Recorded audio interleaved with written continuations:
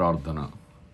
మా ప్రియ పరలోకపు తండ్రి, నీ పరిశుద్ధమైన నామానికి, ఘనమైన నామానికి వేలాది వందనాలు, స్తుతులు, స్తోత్రాలు.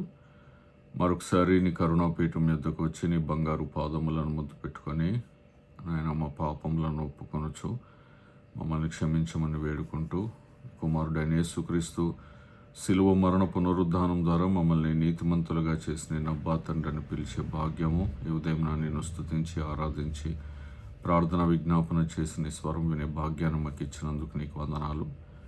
ప్రతిదినము మాతో మీరు మాట్లాడుతున్నందుకు నీకు కృతజ్ఞతాస్తుతులు చెల్లిస్తున్నాం. ఈ ఉదయం కూడా మాట్లాడి మహిమ పొందండి. మీ పరిశుద్ధాత్మ అభిషేకం అనుగ్రహించండి.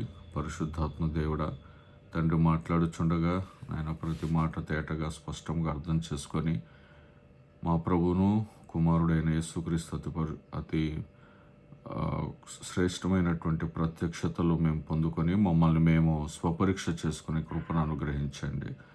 నీ దాసుడు నన్ను నీ కుమారుడైన యేసుక్రీస్తు శిలువ చాటును మరుగు చేసుకొని నన్ను వాడుకొని నాతో కూడా మీరు మాట్లాడమని మా ప్రభువును మా రక్షకుడునైన యేసుక్రీస్తు అతి పరిశుద్ధ నామమున స్తుతించి ప్రార్థిస్తున్నాము తండ్రి, ఆమేన్.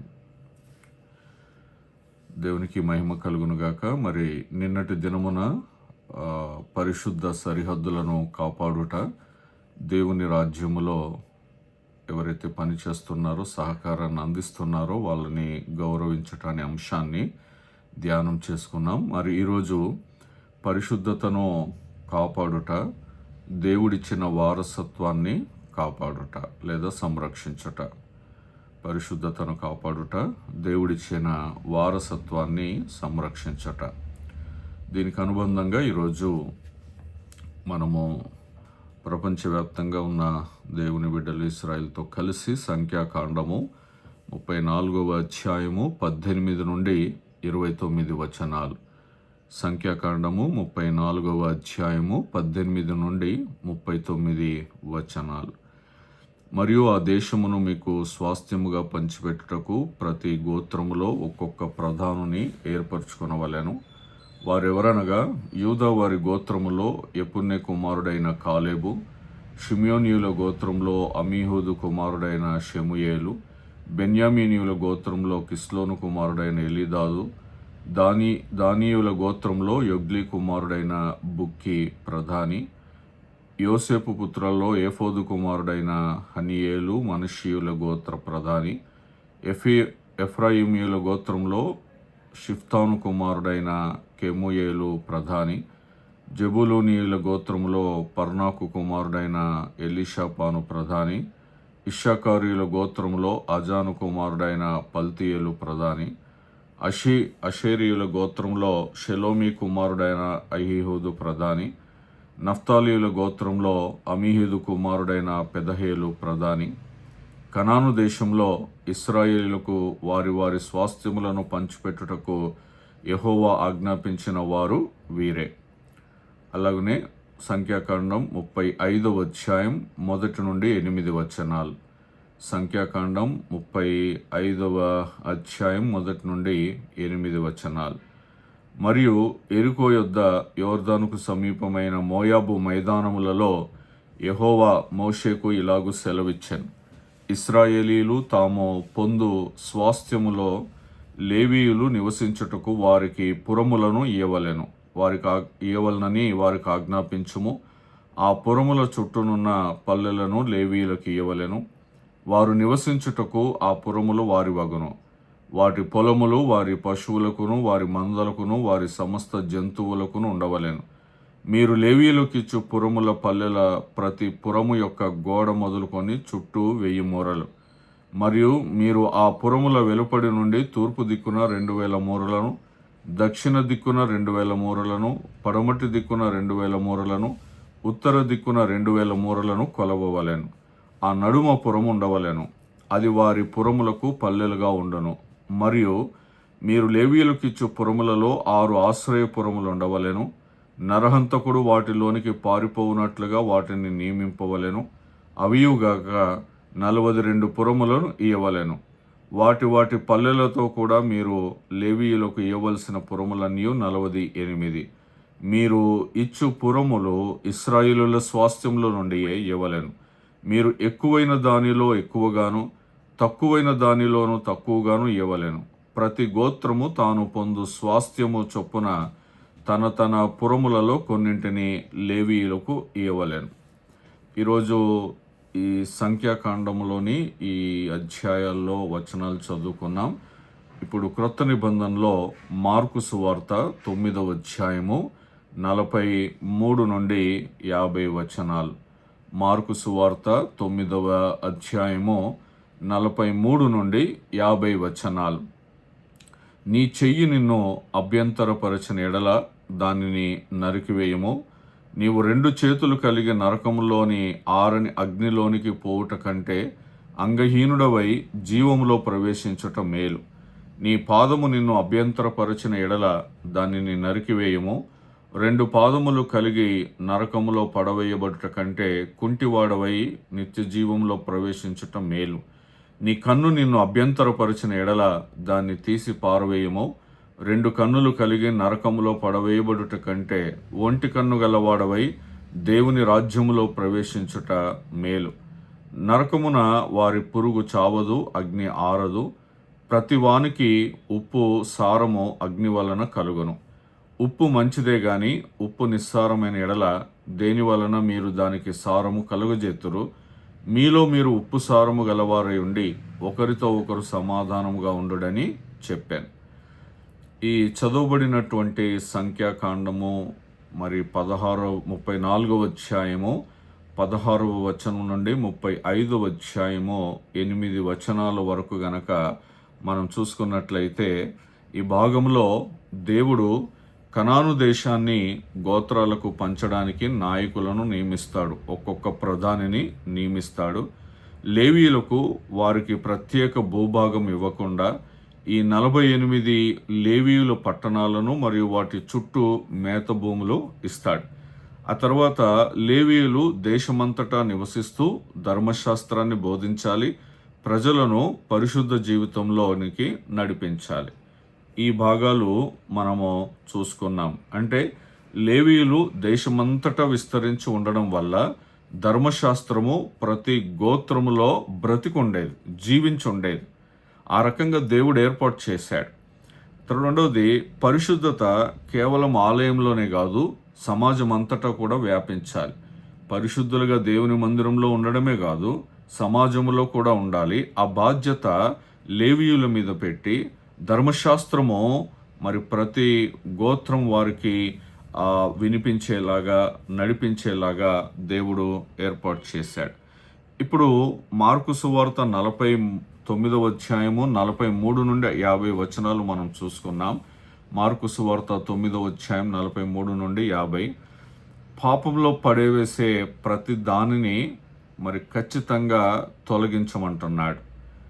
ఆ తర్వాత ఉప్పు విషయంలో మాట్లాడుతున్నాడు. ఉప్పు సారము కలిగి సమాధానము కలిగి ఉండండి మరి దేవుడు ఈ మార్కు సువార్తలో తెలియచేస్తున్నాడు. ఈ రెండిటికి కూడా మరి సంబంధం ఎలాగుంది? అక్కడ భూమి పంచడము, నాయకుల్ని ప్రధానులను ఏర్పాటు చేయడం, లేవీలకి సపరేట్ చేయడం, ఆ తర్వాత మరి ఇక్కడ చూస్తే కన్ను అభ్యంతరపరిస్తే కన్ను, చెయ్యి అభ్యంతరపరిస్తే చెయ్యి, కాలు అభ్యంతరపరిస్తే కాలు, ఇలాగ ప్రతి విషయం కూడా మాట్లాడుతూ ఉన్నాడు. ఇక్కడ మనం చూస్తే మొదటి అంశము పరిశుద్ధతను కాపాడుట. సంఖ్యాకాండంలో లేవీయులు దేశమంతటా పరిశుద్ధతను బోధించడానికి నియమించబడ్డారు. వారి వారి పాలెములలో మరి కనాను దేశములో ప్రతి గోత్రములో కూడా మరి ఆ ధర్మశాస్త్రమును, పరిశుద్ధతను బోధించడానికి వాళ్ళు నియమించబడ్డారు.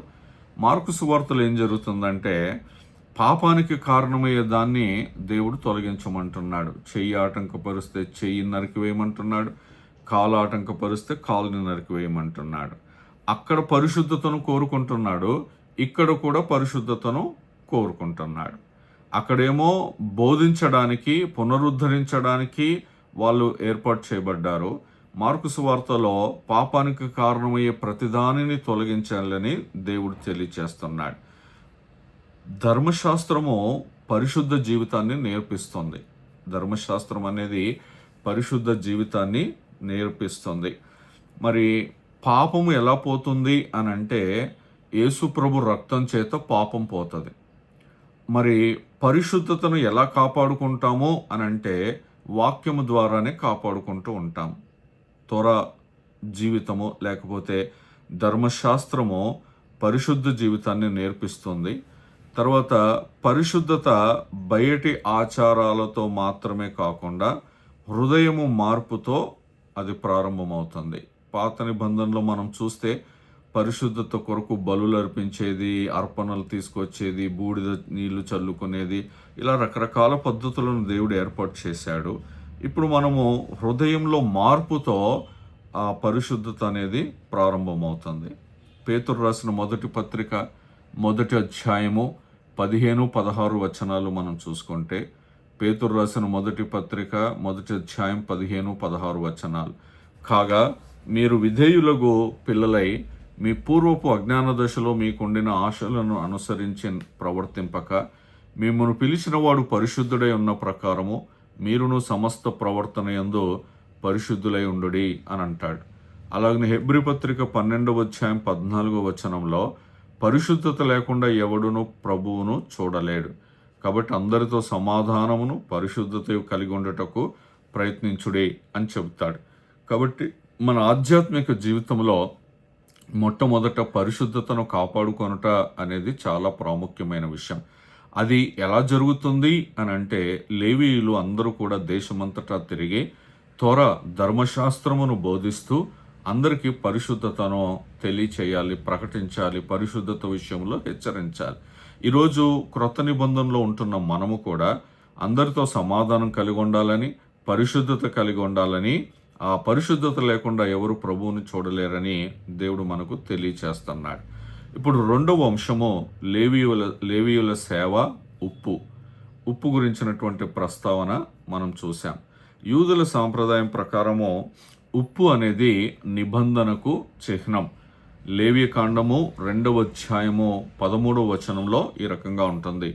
లేవియకాండము 2వ అధ్యాయము 13వ వచనం. నీవు అర్పించు ప్రతి నైవేద్యమునకు ఉప్పు చేర్చవలెను.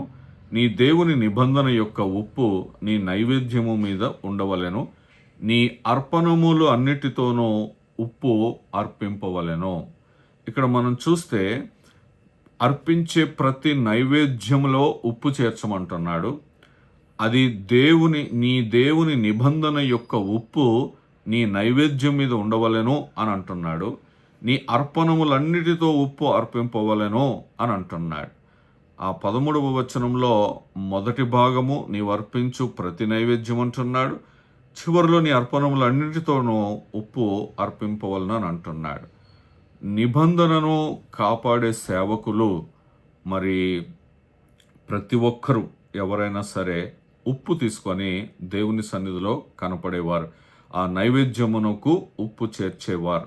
అంటే దేవుడు ప్రతి పని ఏది చెప్పినా కూడా అది మనం విశ్వాసంతో నమ్ముతూ చేస్తూ దేవుని దగ్గరకు వస్తున్నామా లేదా అనేదే పరీక్ష. ఉప్పు ఎందుకు తీసుకురమ్మన్నాడో, పప్పు ఎందుకు తీసుకురమ్మన్నాడో, ఎర్రని పెయ్యి ఎందుకు తీసుకురమ్మన్నాడో, ఇవన్నీ ఆయన జ్ఞానానికి సంబంధించినవి.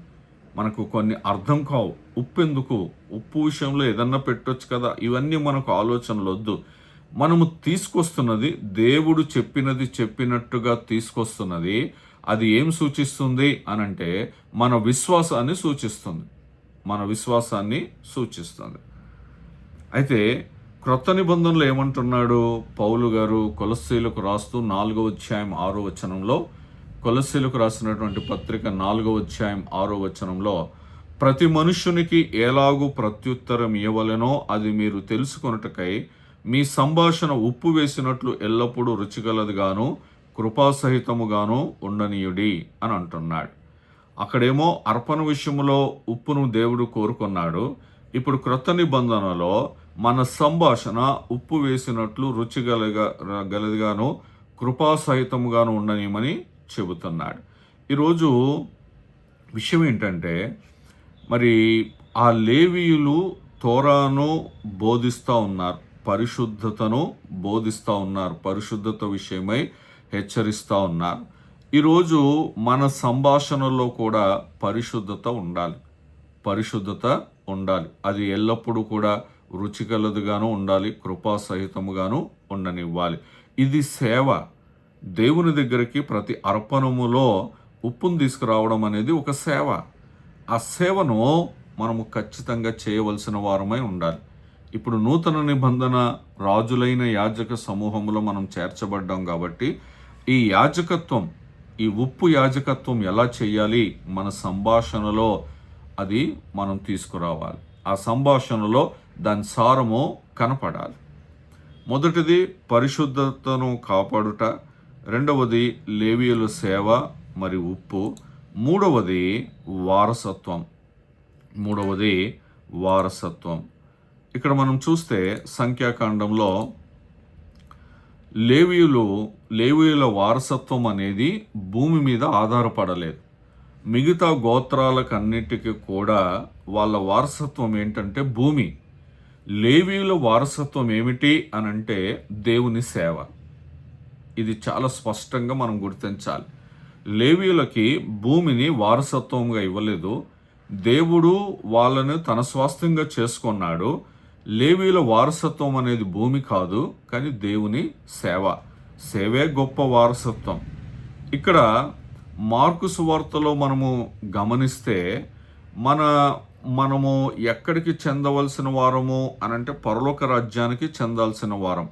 కాబట్టి ఈ భూమి మీద జీవిస్తూ మనము చేయవలసిన సేవ ఏమిటి అనంటే మనలో ఉన్నటువంటి పాపాన్ని తొలగించుకోవడం. ఇది పరిశుద్ధ సేవ. లేవీయులకు భూమి వారసత్వంగా ఇవ్వలేదు, కానీ సేవనే వారసత్వంగా ఇచ్చాడు. ఇప్పుడు మార్కులో ప్రభు చెప్పిన మాట, మరి కన్ను అభ్యంతరపరిస్తే కన్ను, చెయ్యి అభ్యంతరపరిస్తే చెయ్యి, కాలు అభ్యంతరపరిస్తే కాలు, దీన్ని తీసేసుకోవడం అంటే పాపాన్ని తీసేసుకోవడం, అది మనము చేయవలసినటువంటి సేవ. ఈ సేవను దేవుడు మనకిచ్చాడు. ఇది పరిశుద్ధతను కాపాడుకునే సేవ. పౌలు ఫిలిప్పీలకు రాస్తూ 3వ అధ్యాయం 20వ వచనంలో, ఫిలిప్పీలకు రాసినటువంటి పత్రిక 3వ అధ్యాయం 20వ వచనంలో మన పౌరస్థితి పరలోకమందున్నది అని అంటున్నాడు. మన పౌరస్థితి పరలోకమందున్నది. దానికి వెళ్ళడానికి భూమి మీద సిద్ధపడాలి. అది పరిశుద్ధ సేవ. ఏం సేవ ఇది? మన పాపాన్ని మనము ప్రతిదినమో ప్రతి క్షణమో పాపాన్ని తీసేసుకుంటూ పరిశుద్ధతను కాపాడుకునేటువంటి సేవ. ఆ పరిశుద్ధతను మనం ఎలా కాపాడుకుంటామో అనంటే ధర్మశాస్త్రము ద్వారా. దేవుడు తన రక్తము ద్వారా మన పాపాన్ని కడిగి మనల్ని పరిశుద్ధులుగా చేశాడు. ఈ పరిశుద్ధతను మనం ఎలా కాపాడుకుంటామో అనంటే ధర్మశాస్త్రము ద్వారా మన పౌరస్థితి ఏ పరలోకంలో అయితే ఉందో ఆ పౌరస్థితిని మనము దేవుని వాక్యము ద్వారా కాపాడుకుంటూ ఉంటాం. కాబట్టి పరిశుద్ధతను కాపాడుకొనుట, లేవీయుల సేవ చేయుట, వారసత్వపు సేవ, ఇది చాలా ప్రాముఖ్యమైన విషయం. ఆ తర్వాత 4వది దేవుని సమాజములో సమాధానం. ఇప్పుడు చూడండి, మన కుటుంబాలలో ఒక తండ్రికి 4 కుమారులు ఉన్నారనుకోండి, వాళ్ళకి పెళ్ళిళ్ళు అయిపోయాయనుకోండి, ఉమ్మడి కుటుంబంలో జీవిస్తూ ఉంటే ఏదో రకంగా ఒక సమస్య వస్తూ ఉంటుంది. సమాధానం లేకపోవడం అనేది సహజంగా మనకి కనిపిస్తూ ఉంటుంది. కానీ అన్ని గోత్రాలు, అన్ని లక్షల మంది కనాను దేశములో వాళ్ళ స్వాస్థ్యాలు పొందుకొని అక్కడ జీవిస్తూ ఉంటే, మనం ఆదికాండంలో కూడా చూస్తే అబ్రహాము సేవకులకి, లోతు సేవకులకి గొడవలు అవుతాయి, సమాధానం ఉండదు. అందుకని లోతుతో అబ్రహాం అంటాడు, నీకు నచ్చిన స్థలాన్ని నీవు చూసుకొని నువ్వు వెళ్ళు, మిగిలింది నేను చూసుకుంటాను అని అంటాడు. సమాధానం ఉండట్లేదు, మన కుటుంబాల్లో సమాధానం ఉండట్లేదు. అన్ని లక్షల మంది కనాను దేశానికి చేరినప్పుడు వారి సమాజములో ఖచ్చితంగా సమాధానం ఉండాలని దేవుడు కోరుకుంటున్నాడు. అందుకే లేవీయులు ప్రజల మధ్య ధర్మశాస్త్రాన్ని బోధించి సమాధానాన్ని కాపాడాలి.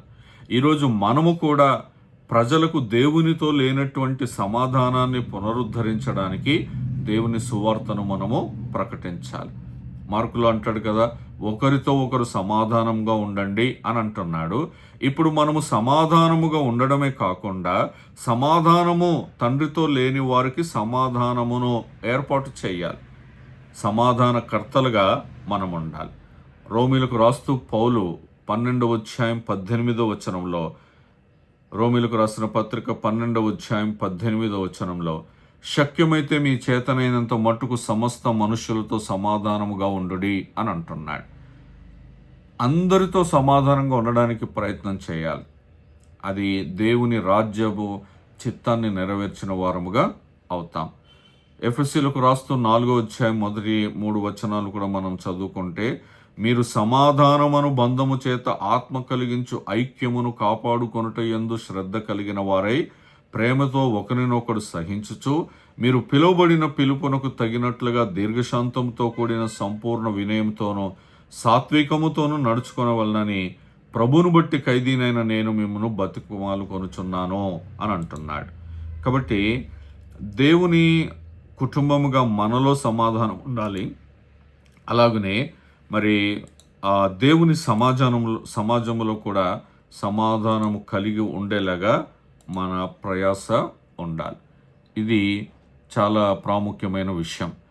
బయట వాళ్ళతో సమాధానం లేకుండా నేను దేవునితో సమాధానం కలిగి ఉన్నాను అనేది చాలా అబద్ధం. 5వ అంశాన్ని మనం చూసుకుంటే పాపాన్ని నిర్మూలించట. సంఖ్యాకాండంలో లేవీయులు పరిశుద్ధ జీవితము నేర్పించాలి, బోధించాలి, హెచ్చరించాలి. ఇక్కడ మార్కుకు వచ్చేటప్పటికి పాపానికి కారణమయ్యే ప్రతి దాన్ని రాజీ పడకుండా ఖచ్చితంగా తొలగించాలి అని అంటున్నాడు. దీన్ని మరి యూదులు ఏమంటారు అంటే ఎజర్ హరా అంటారు. అంటే చెడు వైపు లాగే ప్రతిదీ కూడా ధర్మశాస్త్రము ద్వారా అదుపు చేయబడాలి.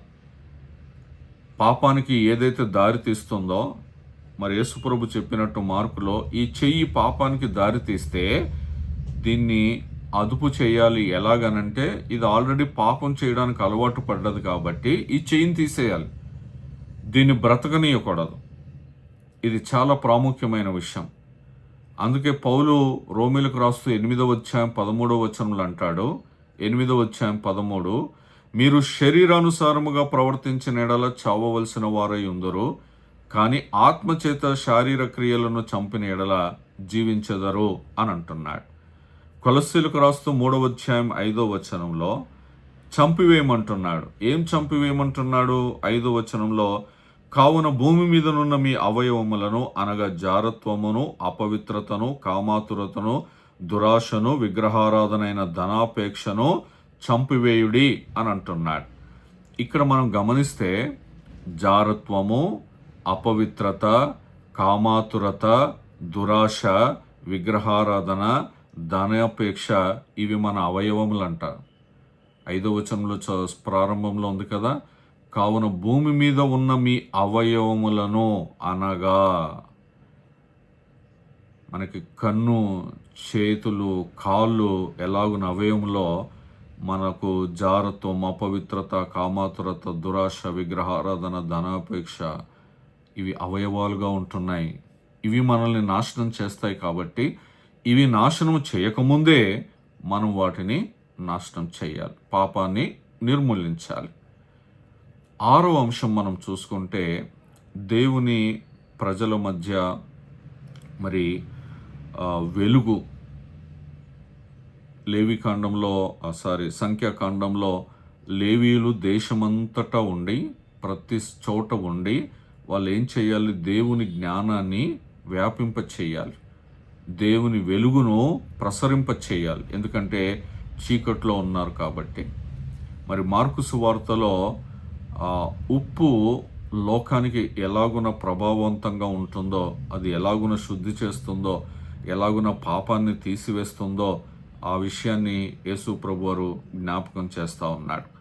కాబట్టి మనము దేవుని ప్రజల మధ్య ఉప్పుగా ఉండాలి, దేవుని ప్రజల మధ్య వెలుగుగా ఉండాలి, దేవుని ప్రజల మధ్య సువార్తను ప్రకటించే వారముగా ఉండాలి, దేవుని ప్రజల మధ్య దేవుని చూపించేవారుగా ఉండాలి. మన పరిశుద్ధతను కాపాడుకుంటూ ఇతరులకి పాపం విషయంలో హెచ్చరిస్తూ వాళ్ళ పరిశుద్ధతను వాక్యం ప్రకటిస్తూ కాపాడే బాధ్యత దేవుడు మన మీద ఉంచాడు. తర్వాత వారసత్వం అంటే ఆస్తులు సంపాదించుకోవడము, ఆస్తులు పొందుకోవడము, డబ్బులు పొందుకోవడము, నగలు పొందుకోవడం కాదు, కానీ దేవుని సేవే వారసత్వం. యేసు ప్రభువారు ఈ భూమి మీద సేవ చేయడానికి వచ్చాడు. ఆయన వారసులుగా మనం ఏం చేయాలి, ఏం పొందుకోవాలంటే సేవే పొందుకోవాలి. తర్వాత సమాజంలో సమాధానం, అందరితో సమాధానం కలిగి ఉండాలని దేవుడు కోరుకుంటున్నాడు. ఏదైతే నీకు నీ దేవునికి అడ్డుగా ఉంటుందో ఆ పాపాన్ని ఖచ్చితంగా నిర్మూలించమంటున్నాడు. ఇది దేవుడు మనకు బోధిస్తున్నటువంటి ఈరోజు బోధ. సేవే వారసత్వము. ఆ వారసత్వాన్ని కాపాడుకోవాలి అనంటే పరిశుద్ధతలో నడవాలి. పరిశుద్ధతలో నడవాలి అనంటే నాకు ధర్మశాస్త్రము ఆ పరిశుద్ధతను బోధిస్తుంది. పాపాన్ని నిర్మూలించాలి. దేవుని వాక్యానికి విశ్వాసంగా ఉండాలి. ఉప్పు తీసుకొని ఎలాగున విశ్వాసంతో తమ అర్పణలతో దేవుని సన్నిధిలోనికి వస్తున్నారో ఈరోజు మనం విశ్వాసముతో పరిశుద్ధతతో దేవుని సన్నిధిలోనికి రావాలి. ఇది దేవుడు మన నుండి కోరుకుంటున్నాడు. కాబట్టి